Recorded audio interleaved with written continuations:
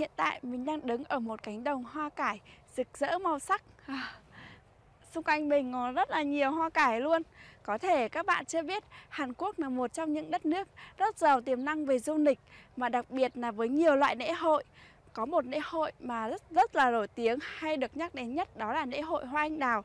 Bên cạnh đó còn phải kể đến đó là lễ hội hoa cải. Cũng thu hút rất là nhiều khách du lịch tham quan và chụp ảnh kỷ niệm. Không khí ở đây tuyệt vời làm sao các bạn ạ.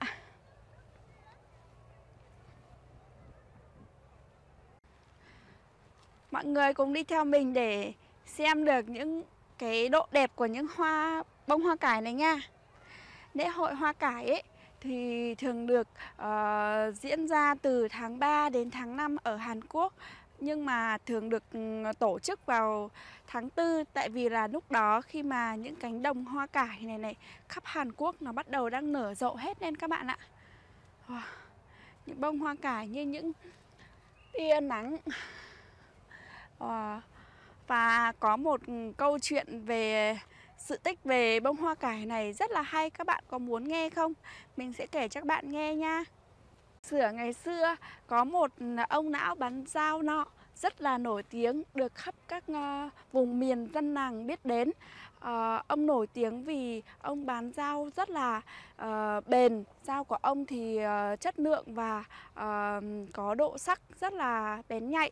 Và kể từ đó là ông được dân làng yêu mến và thường xuyên tìm đến ông. Nhưng mà ông chỉ bán vào những cuối tháng riêng hay là cuối tuần thôi. Một hôm nọ có người đến mua dao, nhưng mà với vẻ mặt hung dữ của ông ta như kiểu là muốn cướp trắng trợn cái con dao đấy của ông cụ.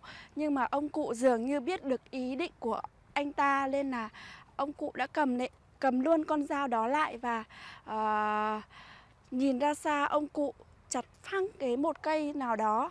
Xong rồi là cái anh mà đến mua dao này thì anh đấy mới sợ, xong rồi mới biết là uy lực của cây dao ông cụ đang cầm trong tay có sức mạnh thế nào, nên là anh ta đã sợ và bỏ chạy. Về sau mọi người nói với ông cụ rằng là anh ta là một trong những tên cướp rất chi là hung hăng, dữ tợn.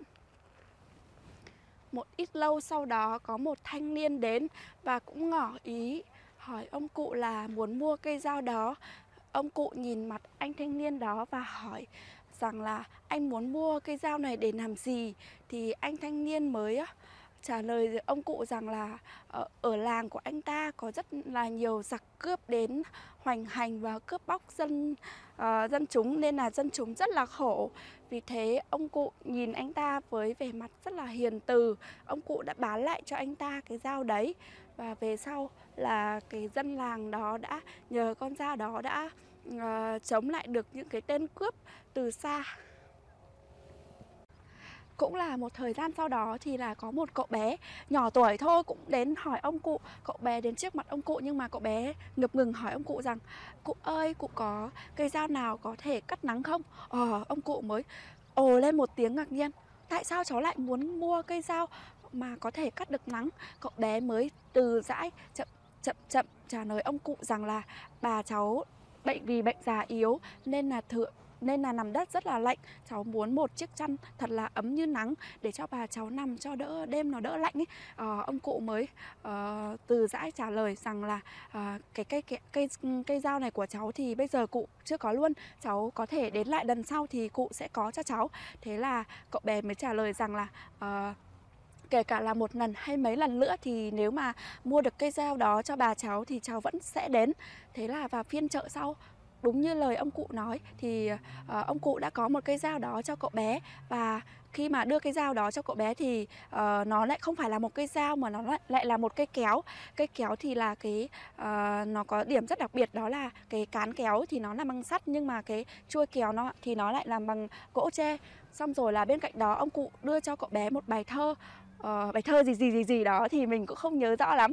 Về sau là cậu bé đấy mới mang cái cây kéo đấy về và để trong nhà. Nhưng mà cậu bé đó không biết là cách sử dụng cây kéo như thế nào, chỉ biết là ông cụ đưa cho cậu bé một bài thơ. Thế là cậu bé làm theo cái bài thơ đó, thì sau cậu bé mới ngầm hiểu ra là cậu bé sẽ cắt từng tia nắng dọi qua nhà của cậu bé. Vì nhà của cậu bé rất chi là khổ và nghèo, nên là những mái nhà nó bị dột nát đi, thì những ánh nắng chiếu từ trên mái nhà xuống, cậu bé mới cầm kéo để cắt những cái tia nắng đó. Thì một sự kỳ diệu xảy ra, đó là những cái tia nắng đã tách dần tạo thành một đống ở trên sàn nhà.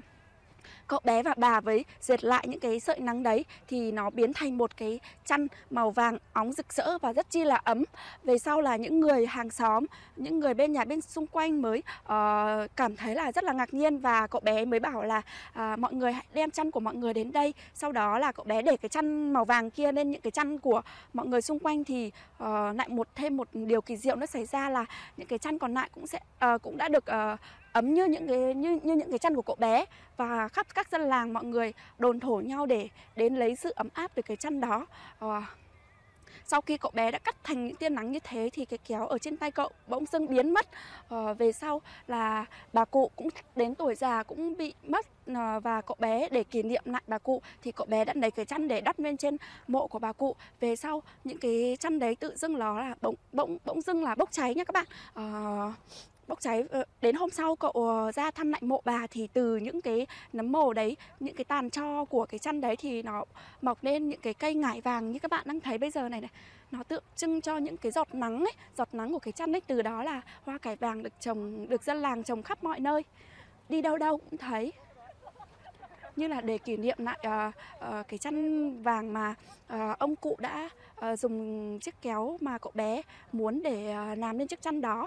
Đó là kết thúc câu chuyện rồi mọi người ơi. Bên cạnh những cái đồng hoa cải này có một điểm tham quan du lịch rất là nổi tiếng. Đó là một đài thiên văn đã có từ rất lâu đời, từ thế kỷ thứ 7, mà được các nhà chiêm tinh ngày xưa là dùng để theo dõi cái thiên văn mặt trời các thứ. Các bạn cùng theo chân mình cùng ra tìm hiểu nó nha. Ở đồng cỏ này thì là người ta sẽ để cho mình những cái lối đi lại như thế này, để cho mọi người có thể đi vừa chụp ảnh để không giẫm phải những cái bông hoa cải này các bạn. Có đường đi vào trong giữa luôn. Ở đây cảm giác như là thiên nhiên núi rừng rồi các bạn ạ.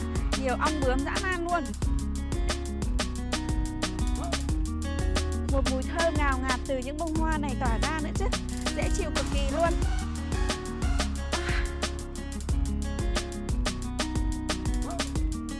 Đấy, rất là nhiều lối đi lại. Mình đi cái dịp này là hoa nó đang tàn vợi rồi các bạn ạ, nên là nó cũng không còn được đẹp cho lắm.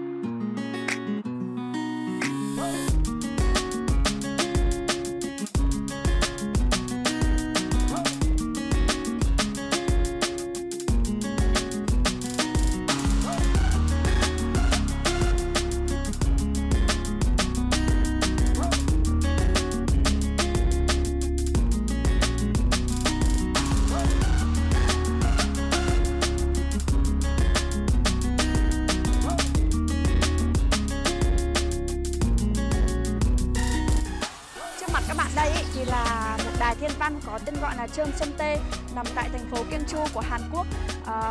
Đây là một đài thiên văn có thể coi là lâu đời nhất châu Á và thậm chí là trên toàn thế giới.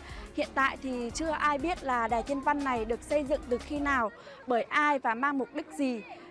Nhưng theo song sử ký của Triều Tiên thì đài thiên văn này được xây dựng vào thế kỷ thứ 7 tại vương quốc Tân La. Và đài thiên văn này là một phần trong khu di tích lịch sử tại Gwangju. Đài thiên văn này thì cao hơn 9,17 m và nó gồm 3 phần, là một phần là bệ đỡ, hai là phần hình trụ, ba là phần hình vuông trên chóp đỉnh. Phần bệ đỡ này thì nó được làm từ 12 viên đá hình vuông và bên giữa phần trụ đỡ, phần trụ ấy thì là được xây dựng bằng 365 viên đá, tương đương với lại 365 ngày của một năm. Và cái phần trụ đỡ này thì nó được nát thành 27 nấc, tương đương với 27 năm thứ 27 của nữ hoàng trị vì vương quốc này. Phần trên là một hình vuông với 4 góc cạnh.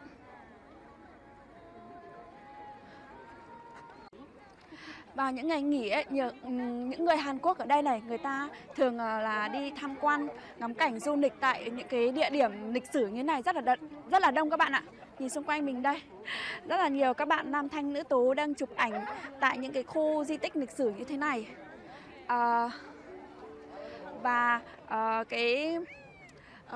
Cái đài Thiên Văn này đã được công nhận là một trong 31 cái bảo vật quốc gia vào năm 1962 tại Hàn Quốc.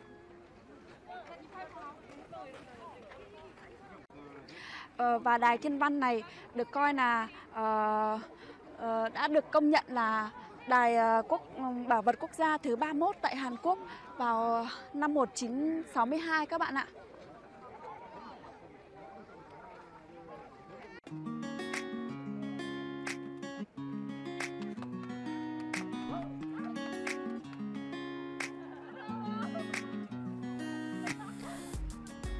Các bạn cùng theo chân mình đi tìm hiểu xem là quanh khu di tích lịch sử này còn gì nữa nhá. Về những cái ngày cuối tuần ấy thì là rất là nhiều các bạn trẻ và gia đình thường đến những cái khu di tích lịch sử như thế này để tham quan và chụp ảnh. Xung quanh mình đây là rất là nhiều các bạn nam thanh nữ tú đang chụp lại những bức ảnh về di tích lịch sử này.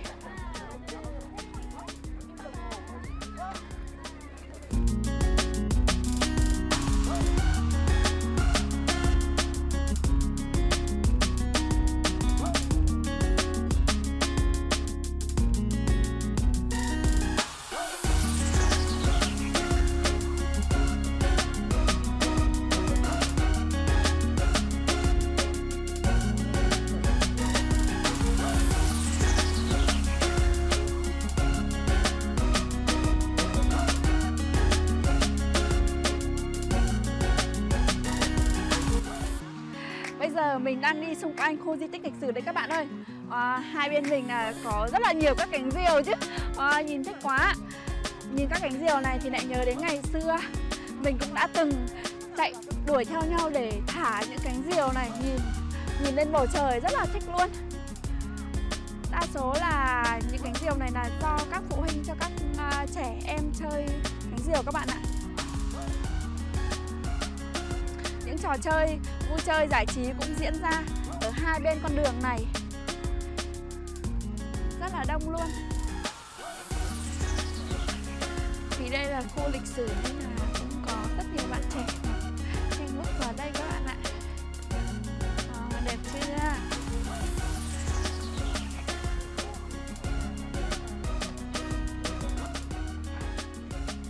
Bên trong khu di tích lịch sử này còn có một khuôn viên rất là rộng các bạn ạ. Trong đây có rất là nhiều cây như kiểu là đã từ rất lâu đời rồi ấy, có từ ngàn năm rồi ấy. Những cái cây to thật là to luôn.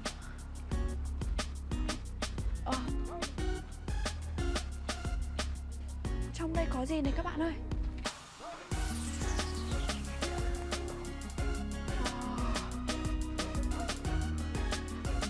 Hình như là cổ vật gì đó.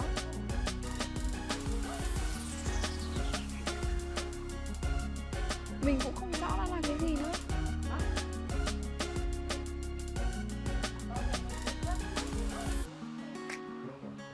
Không thấy có bảng thông tin gì ở đây, nên là mình cũng không biết nó là cái gì.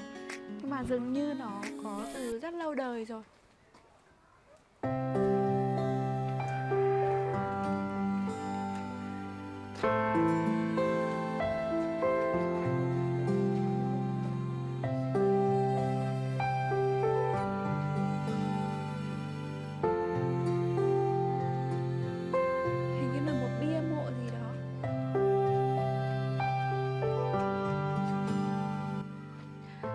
vào tiếp bên trong xem có gì nữa nha. Wow, đằng xa xa kia có một cái cây nó hình của nó đẹp chưa kìa. Không biết là nó tự như thế hay là do người ta uốn nữa. Đẹp quá. Cái cây này chắc hẳn là đã có từ rất là lâu rồi các bạn ạ.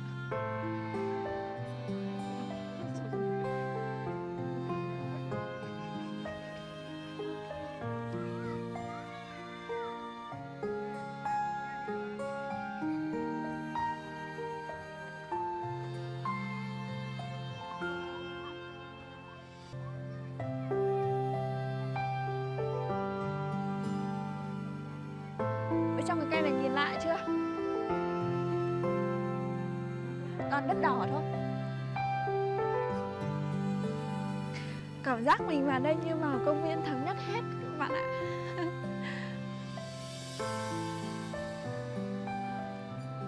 Các bạn có để ý xung quanh mình đây có những cái nấm mộ to to như thế này không? Thì nấm mộ này này là nấm mộ của vua Lê Mun, là vị vua thứ 17 trị vì của Vương quốc Sơn La.